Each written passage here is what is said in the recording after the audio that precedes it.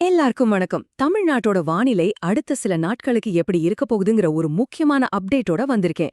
வரப்போற கனமழை, அதுக்கப்புறம் வரப்போற பனிமூட்டம் இத பத்தி இப்ப விரிவா பார்க்கலாம் வாங்க. கடந்த சில நாட்களா பாத்தீங்கன்னா ஒரு இதமான குளிர்ச்சி இருந்துட்டு இருக்கு இல்லையா? ஆனா இப்போ நம்ம எல்லாருக்கும் ஒரு கேள்வி, மறுபடியும் கனமழை வருமா? ஒருவேளை மழை நின்னுட்டா பனிமூட்டம் அதிகமாகுமா? வாங்க, நம்ம மனசுல ஓடிட்டு இருக்கிற இந்த கேள்விகளுக்கு இப்போ பதில் தேடலாம். முதல்ல ஒரு முக்கியமான விஷயம், ஒரு கனமழை எச்சரிக்கை கொடுத்திருக்காங்க. அப்படின்னா என்ன? எங்கெல்லாம் மழை பெய்யும், எப்போ பெய்யும்னு டீட்டெயிலா பார்க்கலாம் வாங்க. குறிப்பா நாம நோட் பண்ண வேண்டிய ஒரு தேதி இருக்கு.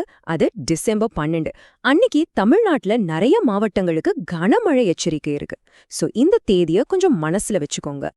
சரி, இந்த மழைக்கு எதுக்கு காரணம்னு யோசிச்சிங்கன்னா, அது வங்கக்கடல்ல உருவாகி இருக்கிற ஒரு வளிமண்டல மேலடுக்கு சுழற்சி தான். சிம்பிளா சொல்லணும்னா, கடல்ல ஒரு சிஸ்டம் ஃபார்ம் ஆயிருக்கு, அதுதான் மழைய நம்ம பக்கம் கொண்டு வரப்போகுது. ஓகே, மழை வருதுன்னு சொல்லிட்டோம். ஆனா தமிழ்நாட்டுல குறிப்பா எந்த ஏரியாவில இதோட தாக்கம் அதிகமா இருக்கும், யாரெல்லாம் இன்னும் கொஞ்சம் ஜாக்கிரதையா இருக்கணும், வாங்க அத பத்தி பார்க்கலாம்.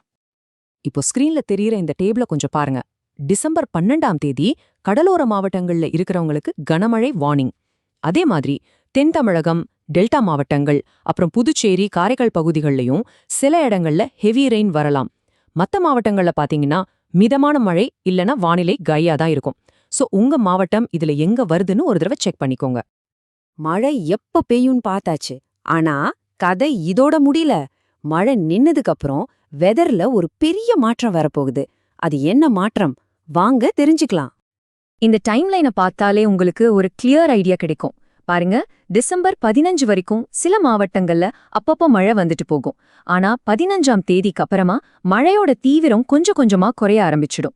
இங்கதான் ஒரு ட்விஸ்ட். மழை குறைய குறைய குளிரும் பனிமூட்டமும் மெதுவா அதிகமாக போகுது. சரி, இந்த பனிமூட்டம் பத்தி இன்னும் கொஞ்சம் டீட்டெயிலா சொல்றேன். நீங்க காலையில வண்டி ஓட்டுறவங்களா இருந்தா ஒரு 7 மணி வரைக்கும் பனிமூட்டம் அதிகமா இருக்கும். கொஞ்சம் கவனமா இருங்க.